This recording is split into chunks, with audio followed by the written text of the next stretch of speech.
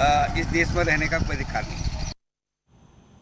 कहते हैं दूध का जला छाछ भी फूंक फूंक कर पीता है। चंपावत उपचुनाव में एक तरफ जीत के दावे के बावजूद बीजेपी कुछ इसी अंदाज में अपनी चुनावी रणनीति को आगे बढ़ा रही है।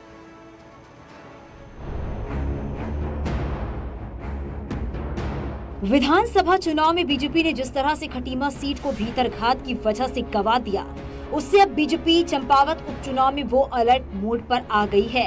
यही कारण है कि बीजेपी ने इस चुनाव में किसी तरह की चूक नहीं छोड़ना चाहती। बीजेपी ने पूरी विधानसभा को 5 मंडलों में बांटा है और प्रत्येक मंडल की जिम्मेदारी एक कैबिनेट मंत्री को दे दी गई है। मंत्री के साथ विधायक और एक प्रदेश पदाधिकारी की टीम बनाई गई है। सभी 5 मंडलों में 31 शक्ति केंद्र बनाए गए हैं, जिन पर समाज के हर वर्ग के सम्मेलन आयोजित किए जा रहे हैं। राष्ट्रीय महामंत्री विनोद तावड़े जी इस समय चंपावत में हैं। महामंत्री संगठन चंपावत में है।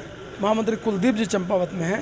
5 सेक्टरों में बांट के 5 अलग अलग मिनिस्टर्स, उनके साथ विधायक और एक संगठन का अधिकारी वहाँ लगाए हुए हैं कि प्रत्येक कार्यकर्ता, प्रत्येक माननीय मंत्री, प्रत्येक माननीय विधायक और जितने भी हमारे प्रवासी जो पदाधिकारी आए हुए हैं, सबको अपना अपना यहाँ पर ड्यूटी लगाई है। सभी निष्ठा से, ईमानदारी से अपना काम कर रहे हैं और ऐतिहासिक विजय को प्रशस्त करेंगे, ऐसी मुझे पूरी उम्मीद है। बीजेपी ने जिन मंत्रियों की जिम्मेदारी सौंपी है, उनमें मंत्री चंदन रामदास के अलावा सौरभ बहुगुणा, रेखा आर्य, गणेश जोशी, सुबोध उनियाल के नाम शामिल हैं। इनके साथ ही विधायक प्रमोद नैनवाल, सुरेश गढ़िया, विनोद कंडारी, शिव अरोरा और फकीर राम टमटा को जिम्मेदारी दी गई है। ये सभी लोग 31 मई तक चंपावत में डेरा डाले रहेंगे। हर किसी को उसकी जिम्मेदारी दी गई है, मुझे भी एक जिम्मेदारी दी गई है।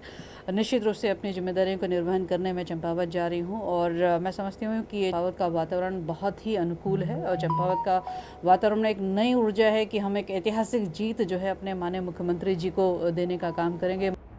इसके अलावा बीजेपी ने चुनाव के अंतिम दिनों में अपनी चुनावी अभियान को पीक पर ले जाने की रणनीति बनाई है। इसके लिए सभी पदाधिकारियों और चुनाव के एक्सपर्ट कार्यकर्ताओं को 20 से 30 मई तक चंपावत में रहने को कहा गया है। न्यूज़ 18 के लिए देहरादून से सुनील नौप्रभात की रिपोर्ट।